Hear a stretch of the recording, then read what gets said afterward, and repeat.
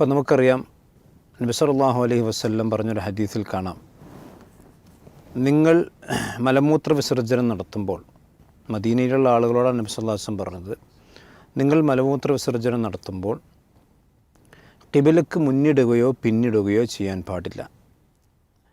വലാക്കിൻ ശരീഖു ഔ ഗരിബു, നിങ്ങൾ കിഴക്കോട്ടോ പടിഞ്ഞാറോട്ടോ ആണ് തിരിഞ്ഞിരിക്കേണ്ടത്.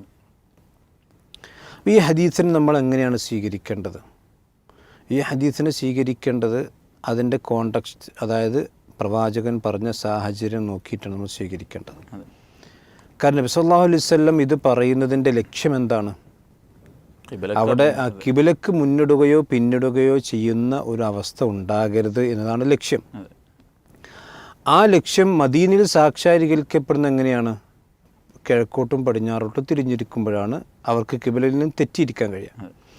പക്ഷേ നമ്മൾ ഇന്ത്യയെ പോലുള്ള രാജ്യത്തെ ഹദീസ് എടുക്കേണ്ടത് എങ്ങനെയാണ്? അക്ഷരാർത്ഥത്തിലല്ല, അതിൻ്റെ ആശയമാണ് നമ്മൾ എടുക്കേണ്ടത്. കാരണം പ്രവാചകൻ സല്ലല്ലാഹു അലൈഹി വസല്ലം പറഞ്ഞതിന് നേർ വിപരീതമായി ചെയ്തുകൊണ്ട്, അഥവാ കിഴക്കോട്ടും പടിഞ്ഞാറോട്ടും തിരിഞ്ഞിരിക്കാതെ തെക്കോട്ടും വടക്കോട്ടും തിരിഞ്ഞുകൊണ്ടാണ് നമ്മൾ എന്ത് ചെയ്യേണ്ടത്? ഇരിക്കേണ്ടത്.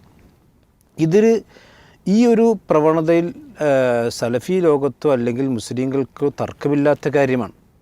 അഥവാ മുസ്ലിമീങ്ങൾ അഹ്ലുസുന്ന വൽ ജമാഅ ആശയങ്ങളെ ആശയങ്ങളായിക്കൊണ്ടും അക്ഷരങ്ങളെ അക്ഷരങ്ങളായിക്കൊണ്ട് തന്നെയാണ് സ്വീകരിക്കാറുള്ളത്. അതിൽ തർക്കമില്ല.